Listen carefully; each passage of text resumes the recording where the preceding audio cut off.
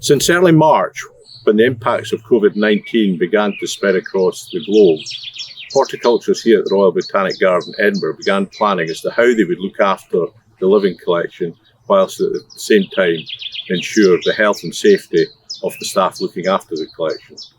We've had small teams of staff working on rota across all 4 gardens, looking after our protected environments and also ensuring the building and infrastructure have been checked across all 4 gardens. Here in Edinburgh, this has meant that 2 teams of staff working on rota have been looking after the plants within our protected environments. That is the public display glasshouses, the palm houses, the research glasshouses, our alpine glasshouses and our temperate nursery. In these glasshouses are some of the most important plants within the living collection of the Royal Botanic Garden, particularly in our research glasshouses where we have key research science staff use, and also within the temperate nursery, the next generation of wild origin plant material that we planted out in each of the garden landscapes. More recently, we've had staff undertaking time-critical maintenance, ensuring the trees have been safe and the tree risk assessments have been undertaken, and also that the grass has been cut and that the weeds have not got too far out of control. We hope that you'll enjoy the garden when you're allowed back in. Thank you. A lot less happening in the garden since late March as a result of the situation. But what has been going on is essential work and time-critical operations. And as a result of that, we've maintained our propagation facilities to a very high standard. But also in the outlying areas of the garden, we've been concentrating on weed control, and particularly the application of bark mulch in anticipation of a great flurry of weeds after the prolonged dry spell since the second half of March right through halfway through May. We've only had about 50 mil of rain, roughly 2 inches.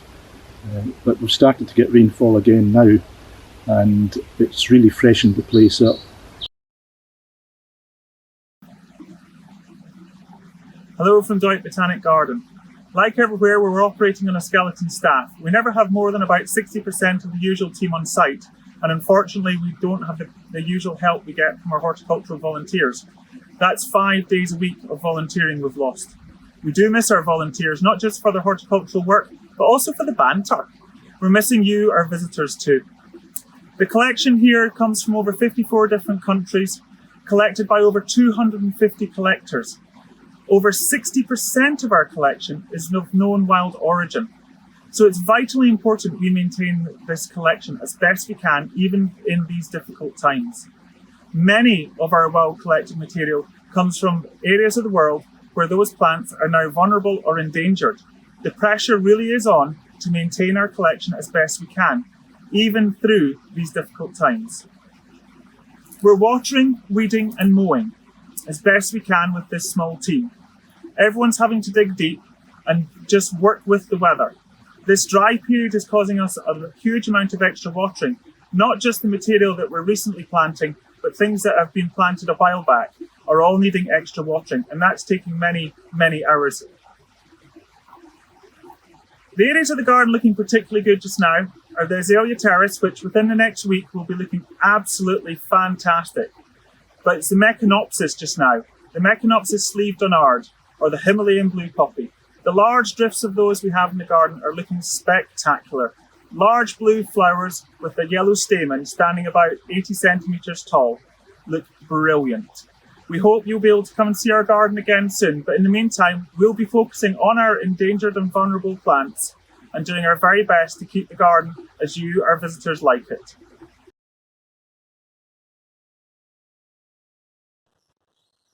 So lockdown at Logan because of the coronavirus, but the staff are still in maintaining the garden and the exotic collection. It's been very, very dry. We have to have sprinklers on. Lots of things are really shooting up at the moment. For example, this Echium peniniana. But we're trying to keep the beds as weed free as possible. We're doing lots of planting, maintaining the lawns, and on an annual basis, or a daily basis should I say, this is what the lawns look like with the cordyline leaves which fall daily. Recently we've been very busy undertaking our annual planting out of half-hardy perennials. Very important that we get them out now at the end of the frost period. These are very tender plants, so we won't stand any frost. So you have quite a narrow window.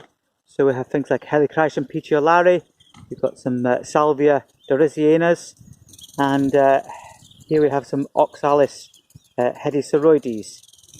All these plants here must be propagated on an annual basis, and if we didn't plant these out here at Logan, we wouldn't have any plants for next year, because this is what we get our cutting material from.